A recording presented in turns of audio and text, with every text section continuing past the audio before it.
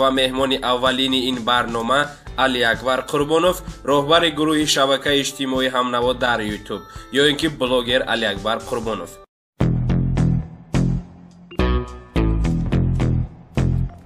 سر اول شما رو خوش آمدید میگویم و آغاز میکنیم از سواری.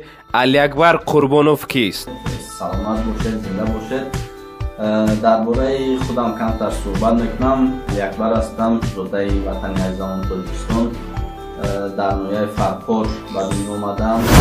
آیا شخصی ملت دوستدار و وطن دوستدار این کار را میکند؟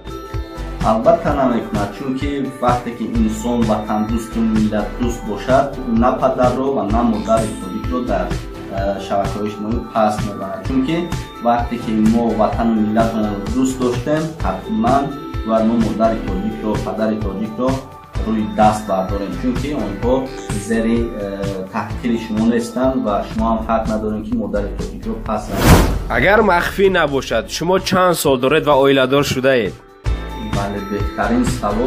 من سالی 1992 است، 27 سالم میشم. برای چی ابونچیان شما اینقدر بسیارند؟ شما چی کار کردید که اینقدر ابونچیان رو به دست آوردید؟ من وقتی که در یوتیوب نگاه کردم، چیزایی که هموطنان من میخواهد در یگان کس ندیدم